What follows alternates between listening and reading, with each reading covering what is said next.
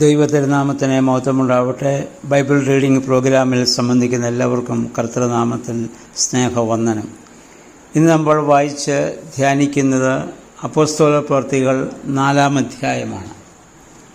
3-ാം അധ്യായത്തിൽ പത്രോസും യോഹന്നാനും കൂടി സുന്ദരമെന്ന ദൈവാലയ ഗോപുരത്തിൽ ഭിക്ഷ യാചിച്ചുകൊണ്ടിരുന്ന പുറവിയിലെ മുടന്തനായൊരു മനുഷ്യന് അത്ഭുതകരമായൊരു സൗഖ്യം നൽകി അവൻ എഴുന്നേറ്റ് നടക്കത്തക്കവണ്ണം അവനെ സൗഖ്യദായകമായ അവസ്ഥയിലേക്ക് വഴി നടത്തി. ഇത് അവിടെ കൂടിയിരുന്നതായ ആ ദേവാലയത്തിലും പരിസരത്തും യഹൂദന്മാരായ ആളുകളെ വളരെയേറെ അമ്പരിപ്പിച്ചതായ ഒരു വലിയ സംഭവമായിരുന്നത്. അങ്ങനെ ഒരു സംഭവം നടന്നപ്പോൾ ആ സംഭവം അനുഭവിച്ച മനുഷ്യൻ സാക്ഷിയായി അവരുടെ മുൻപാകെ നിൽക്കുകയാണ്. അപ്പോൾ അവർക്ക് ആർക്കും അത് നിഷേധിക്കാൻ പറ്റാത്തൊരു കാര്യമായപ്പോൾ ശാസ്ത്രി പരീശന്മാരൊക്കെ വളരെയേറെ ബുദ്ധിമുട്ടി. അപ്പം അവർ എന്തു ചെയ്തു? ഈ പത്രോസിനെയും യോഹന്നാനെയും വിളിച്ച് അവരെ ചോദ്യം ചെയ്യാൻ വേണ്ടി അവർ ആരംഭിക്കുകയാണ്. പത്രോസും യോഹന്നാനും ആ സംഘത്തിൻ്റെ മുൻപാകെ വരികയാണ്, സന്നദ്ധി സംഘത്തിൻ്റെ മുൻപാകെ. ഇവിടെ ഏറ്റവും വലിയ പ്രധാന പ്രശ്നം ഈ യഹൂദന്മാരിൽ ശാസ്ത്രിമാരും പരീശന്മാരുമുണ്ട്. ഇതിൽ ശാസ്ത്രിമാർ പുനരുത്ഥാനമില്ല എന്ന് വിശ്വസിക്കുന്നവരാണ്. ആ പുനരുത്ഥാനമില്ല എന്ന് വിശ്വസിക്കുന്നിടത്താണ് പുനരുത്ഥാനം ചെയ്ത കർത്താവിനെക്കുറിച്ചും കർത്താവിൽ വിശ്വസിക്കുന്നവന് പുനരുത്ഥാനം ഉണ്ടാകുമെന്നും ഒക്കെ ഇവർ പിന്നെ പ്രസംഗിക്കുന്നത്. ഇതൊക്കെ അവരെ വളരെയേറെ രോഷാകുലരാക്കുകയും അവനെ ചോദ്യം ചെയ്യുവാൻ വേണ്ടി അവർ പിടികൂടുകയുമാണ്.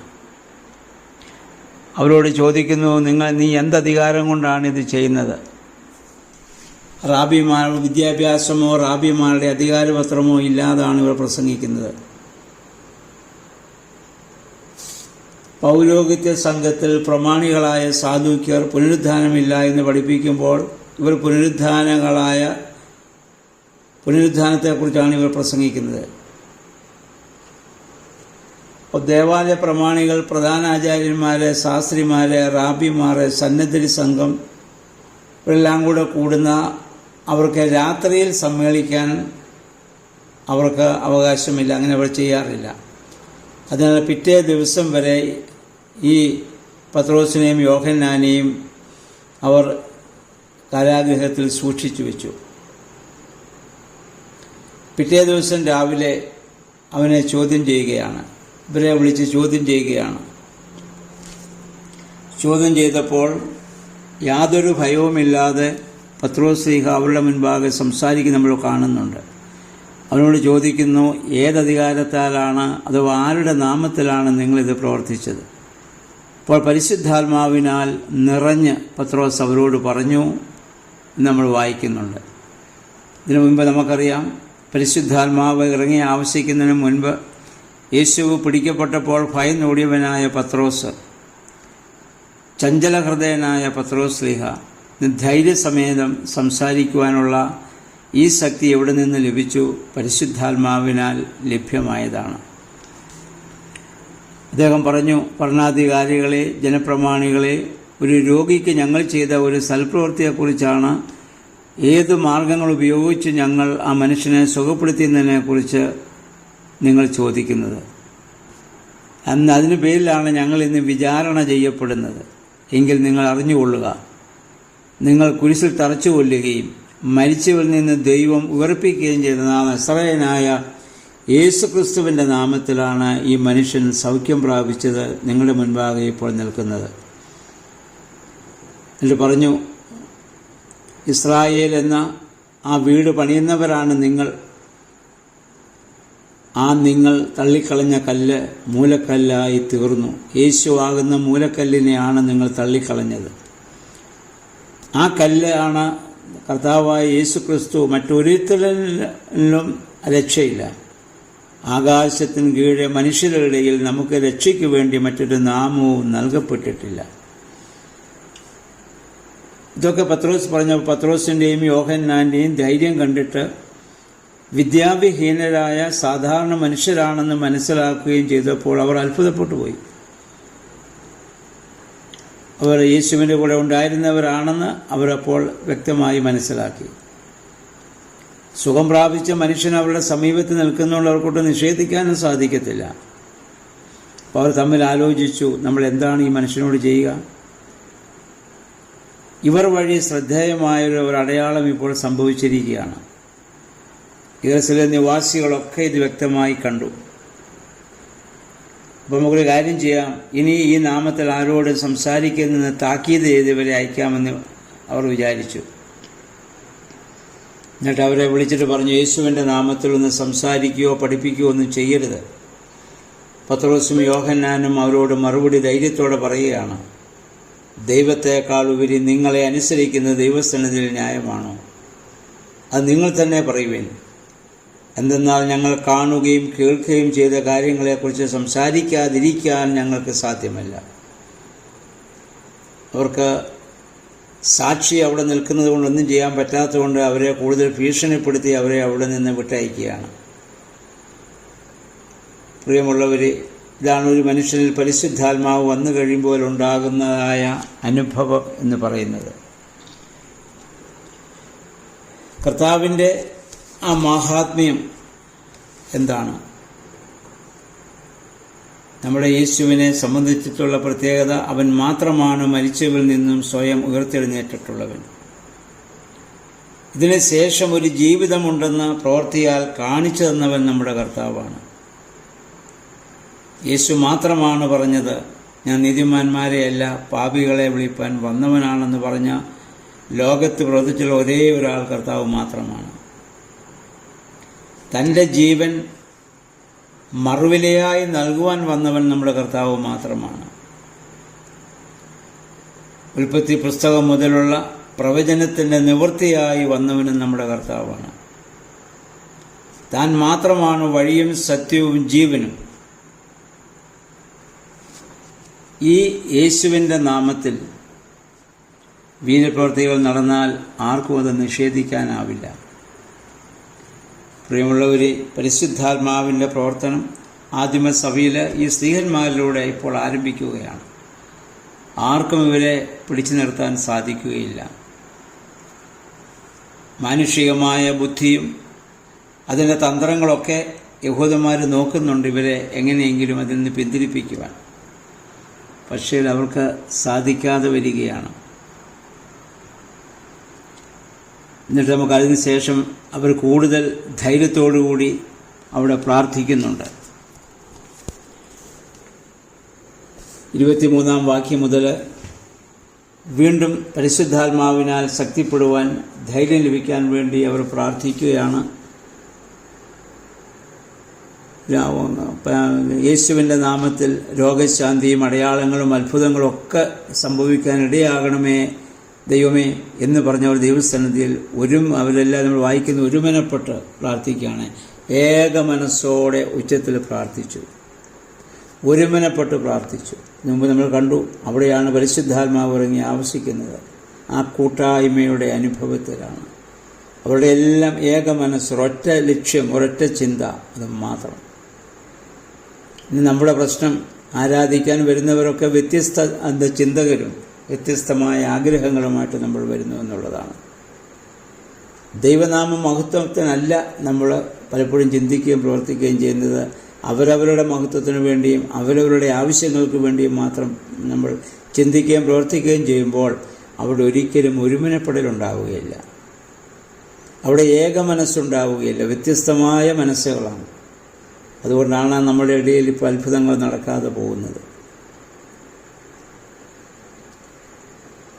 എന്നിട്ട് അവർ പ്രാർത്ഥിക്കുന്നു, അവിടുത്തെ പരിശുദ്ധനായ യേശുവിൻ്റെ നാമത്തിൽ രോഗശാന്തിയും അടയാളങ്ങളും അത്ഭുതങ്ങളും സംഭവിക്കുന്നതിനായി അവിടുത്തെ കൈകൾ നീട്ടണമേ. 30-ാം വാക്യം അതാണ്. അവിടുത്തെ വചനം പൂർണ്ണ ധൈര്യത്തോടെ പ്രസംഗിക്കാൻ ഈ ദാസരെ അനുഗ്രഹിക്കണമേ എന്ന് ആ കൂട്ടായ്മയിലുള്ള എല്ലാവരും ഈ ശിഷ്യന്മാർക്ക് വേണ്ടി പ്രത്യേകം പ്രാർത്ഥിക്കുകയാണ്. അതായിരുന്നു ശിഷ്യന്മാരുടെ ശക്തി. ഒരുമനപ്പെട്ട് പ്രാർത്ഥിക്കുമ്പോൾ ആർക്കു വേണ്ടി പ്രാർത്ഥിക്കുന്നുവോ, എന്തിനു വേണ്ടി പ്രാർത്ഥിക്കുന്നുവോ, അവിടെ അത്ഭുതകരമായ ശക്തിയും അനുഗ്രഹവും നമുക്ക് അനുഭവിക്കാൻ സാധിക്കും. ഇവിടെ വായിക്കുന്നു, പ്രാർത്ഥന കഴിഞ്ഞപ്പോൾ അവർ സമ്മേളിച്ചിരുന്ന സ്ഥലം കുലുങ്ങിയെന്ന്. ഇവിടെ നമ്മൾ ശ്രദ്ധിക്കേണ്ട കാര്യം, സ്ഥലമാണ് ഇവിടെ കുലുങ്ങിയത്, അവരല്ല ഇവിടെ കുലുങ്ങിയത്. ഇപ്പോൾ പല കൂട്ടായ്മകളിലും സംഭവിക്കുന്നത്, കൂട്ടായ്മയിൽ കൂടുന്നവരിരുന്ന് കുലുങ്ങാറുണ്ട്, പക്ഷെ സ്ഥലം കുലുങ്ങാറില്ല. ഈ സ്ഥലം, അവരിരുന്ന സ്ഥലം കുലുങ്ങിയതോടുകൂടി അവിടെ വിശ്വാസം വർദ്ധിച്ചു. ദൈവം ശക്തമായി പ്രവർത്തിക്കുന്നു എന്നുള്ള ഒരു ഉറപ്പിന് അത് കാരണമായിട്ട് തീരുകയാണ്. അത് പരിശുദ്ധാത്മാവ് അവരോടൊപ്പം ഉണ്ട് എന്നതിന് കൊടുത്ത ഒരു വലിയ അടയാളമായിട്ട് അതിനെ കാണാവുന്നതാണ്. 32-ാം വാക്യം മുതൽ വിശ്വാസികളുടെ അന്നത്തെ കൂട്ടായ്മയുടെ ഒരു അനുഭവം നമ്മളിവിടെ വായിക്കുന്നുണ്ട്. ഏത് രീതിയിലായിരുന്നു അവർ കൂട്ടായ്മ ആചരിച്ചത്. 32-ാം വാക്യം നമ്മളിങ്ങനെ വായിക്കുന്നു, വിശ്വാസികളുടെ സമൂഹം ഒരു ഹൃദയവും ഒരാത്മാവുമായിരുന്നു. അതാണ് ഏകമനസ്സ്. എല്ലാവരുടെയും ലക്ഷ്യം ഒന്ന് മാത്രം, യേശുവിൻ്റെ നാമം മഹത്വപ്പെടുക. ലോകരക്ഷകനായ യേശുവിനെ ലോകത്തിന് വെളിപ്പെടുത്തുക. ഒരൊറ്റ ലക്ഷ്യമേ അവർക്കുള്ളൂ. അവരുടേതായ ഭൗതികമായ ഒരാവശ്യത്തിനും വേണ്ടി അവരാരും പ്രാർത്ഥിക്കുകയോ ആരാധിക്കുകയോ ഇവിടെ ചെയ്യുന്നില്ല. മാത്രമല്ല, അന്നത്തെ രീതി നമ്മളിവിടെ വായിക്കുന്നു, ആരും തങ്ങളുടെ വസ്തുക്കൾ സ്വന്തമെന്ന് അവകാശപ്പെട്ടില്ല, എല്ലാം പൊതുസ്വത്തായിരുന്നെന്ന്. അവർക്കെല്ലാം വസ്തുവകകളും സമ്പത്തുകളൊക്കെ ഉണ്ട്. പക്ഷേ പരിശുദ്ധാത്മാവ് അവരുടെ മേൽ വന്നപ്പോൾ മുതൽ ഇത് എൻ്റേതാണെന്നും പറഞ്ഞവരാരും അതിനോട് ആഗ്രഹം പ്രകടിപ്പിക്കുന്നില്ല. അത് പൊതുവിൻ്റേതാക്കി മാറ്റുകയാണത്, സമൂഹത്തിൻ്റേതാണ്. അപ്പോസ്തലന്മാർ കർത്താവായ യേശുവിൻ്റെ നാമത്തിൽ പുനരുദ്ധാനത്തിന് വലിയ ശക്തിയോടെ സാക്ഷ്യം നൽകിയവരെല്ലാം പ്രസംഗിക്കുന്നു. അവരുടെ മേൽ കൃപാവരം സമൃദ്ധിയായി വന്നുകൊണ്ടിരുന്നു. നമ്മളുടെ ഒരു വാക്യം 34-ാം വാക്യത്തിൽ വായിക്കുന്നത്, അവരുടെ ഇടയിൽ ദാരിദ്ര്യം അനുഭവിക്കുന്നവൻ ഒരുത്തൻ പോലും ഉണ്ടായിരുന്നില്ല. കാരണം എല്ലാവരും അവരവരുടെ പറമ്പും വീടും സ്വന്തമായിരുന്നതൊക്കെ വിറ്റ് അപ്പോസ്തലന്മാരുടെ കാൽക്കൽ കൊണ്ട് വയ്ക്കുകയാണ്. അതവർ തുല്യമായി അവരുടെ ഭക്ഷണത്തിനും ഒക്കെ വേണ്ടി മാത്രം അത് വിനിയോഗിക്കപ്പെടുന്നു. മറ്റൊരു ലക്ഷ്യവും അവർക്കില്ല. അപ്പം അതുകൊണ്ട് ആ സമത്വത്തിൻ്റെ, സാഹോദര്യത്തിൻ്റെ വലിയ അനുഭവം ഇവിടെ കാണാൻ പറ്റും. ഇവിടെ വലിയവനെന്ന് ചെറിയവനെന്നുള്ള വ്യത്യാസമില്ല, ധനവാനെന്നോ ദരിദ്രനുള്ള വ്യത്യാസമില്ല, സ്ത്രീയെന്നോ പുരുഷനെന്നുള്ള വ്യത്യാസമില്ല, ജ്ഞാനിയെന്നോ അജ്ഞാനിയെന്നുള്ള വ്യത്യാസമില്ല. എല്ലാവരും കർത്താവിനെ ലക്ഷ്യമാക്കി ഏകഹൃദയത്തോടെ ജീവിക്കുന്നു. ഇതാണ് സ്വർഗരാജ്യത്തിൻ്റെ അനുഭവം. അതാണ് ഭൂമിയിലെ സ്വർഗമെന്ന് പറയുന്നത്. ഇതാണ് സഭ കൊണ്ട് ഉണ്ടാവേണ്ടത്, സഭയിലുണ്ടാവേണ്ടത്. ഓരോ ദേവാലയം കൊണ്ടുള്ള ഉദ്ദേശവും ഇത് തന്നെയാണ്. ഈ ഐക്യത, ഒരുമനപ്പെടൽ, ഉള്ളത് മറ്റുള്ളവരുമായി പങ്കുവെച്ച്, ഇതൊന്നും എൻ്റേതല്ല, കാരണം അവരുടെ ലക്ഷ്യം വരാനിരിക്കുന്ന ലോകമാണ്. ഈ ഒരു ലക്ഷ്യമാണ് നമ്മൾ പാടുന്നത്, ലോകം ദാത സഹോദര ജാതി തറവാട് ആകെ ഉപേക്ഷിച്ചു, ഇനി യേശുവിന് വേണ്ടി മരിച്ചാൽ മതിയെന്ന് അവർ ആഗ്രഹിച്ചു. അങ്ങനെ എല്ലാവരും അത് പൊതുവായി എണ്ണുമ്പോൾ ജോസഫ് എന്ന് പറയുന്ന ഒരു മനുഷ്യൻ തൻ്റെ വസ്തുക്കൾ വിറ്റ് അപ്പോസ്തലന്മാരുടെ കാൽക്കൽ ആദ്യമായി കൊണ്ടുവരുന്നതായി നമ്മളിവിടെ കാണുന്നു. ഇനി അത്രയുമാണ് ഇന്ന് ഈ 4-ാം അധ്യായത്തിൽ നമുക്ക് വായിക്കാനായിട്ട് സാധിക്കുന്നത്. അതുകൊണ്ട് ദൈവനാമ മഹത്വത്തിനായി നമ്മൾ ഏകമനസ്സോടെ ഒരുമനപ്പെട്ട് പ്രാർത്ഥിക്കുമ്പോൾ അതിനെ ആർക്കും പിടിച്ചു നിർത്താനാവാത്ത വിധം വലിയ അനുഗ്രഹത്തിനത് മുഖാന്തരമായി സംഭവിക്കും. ദൈവനാമ മഹത്വത്തിനു വേണ്ടി നമ്മൾ ചിന്തിക്കുകയും പ്രവർത്തിക്കുകയും ചെയ്യുക. അവിടെയാണ് ഐക്യതയും സമാധാനവും ഉണ്ടാവുക. ആ ഒരു വലിയ അനുഭവത്തിനായിട്ട് നമുക്ക് പ്രാർത്ഥിക്കാം. നമ്മളിന്ന് ഈ ലോകത്തിൻ്റെ നാനാഭാഗങ്ങളിലെ ആളുകളൊക്കെ ഒരുപക്ഷെ ഈ വായനാ ഗ്രൂപ്പിൽ ഉൾപ്പെട്ടിട്ടുണ്ടാവും. വിവിധ രാജ്യങ്ങളിൽ വിവിധ സാഹചര്യങ്ങളൊക്കെ നമ്മൾ ജീവിക്കുന്നവരാണ്. എന്ത് സാഹചര്യവുമായിക്കൊള്ളട്ടെ, എല്ലാവരും ഒരേ ദിവസം ഓരോ ദിവസവും ഓരോ അധ്യായങ്ങൾ എല്ലാവരും ചേർന്ന് വായിക്കുന്നു. അവരവരുടെ സ്ഥലങ്ങളിലിരുന്ന് വായിക്കുന്നു. ആകുന്ന ആളുകൾ ഒന്നിച്ചിരുന്ന് പ്രാർത്ഥിക്കുന്നു. ആദിമസഭയുടെ ആ വലിയ അനുഭവം നമുക്കും അനുഭവിക്കാൻ സാധിക്കും. അവിടെ അത്ഭുതങ്ങൾ ദൈവം പ്രവർത്തിക്കും. നമുക്കൊരൊറ്റ ലക്ഷ്യമേ ഉള്ളൂ, ദൈവനാമം മഹത്വപ്പെടണം. നമ്മളാരും അതിനകത്തൊന്നുമല്ല. അതുകൊണ്ട് ഓരോരുത്തർക്കും ചെയ്യാവുന്ന കോൺട്രിബ്യൂഷൻ പ്രാർത്ഥനയാലോ വായനയാലോ ആലോചനയാലോ ഒക്കെ നമുക്ക് നൽകാൻ സാധിക്കണം. അപ്പം അങ്ങനെ ദൈവനാമം മഹത്വപ്പെടുവാൻ നമുക്കിടയായി തീരട്ടെ. ആദിമസഭയിലെ പോലെ പരിശുദ്ധാത്മാവ് വീണ്ടും ശക്തിയോടെ പ്രവർത്തിക്കുവാൻ ഇടയായി തീരട്ടെ. ദൈവം പരിശുദ്ധാത്മാവെ അതിന് ഞങ്ങളെ ശക്തീകരിക്കണമേ എന്ന് നമുക്ക് പ്രാർത്ഥിക്കാം. ഇന്നേ ദിവസം ഈ 4-ാം അധ്യായം വായിച്ച് ധ്യാനിച്ച് ദൈവഹിതത്തിന് നമ്മെ തന്നെ പൂർണ്ണമായി സമർപ്പിക്കുവാൻ ഇടയാകട്ടെ. എല്ലാവർക്കും നല്ല ഒരു ശുഭദിനം ആശംസിക്കുന്നു. ദൈവനാമം മാത്രം മഹത്വപ്പെടട്ടെ.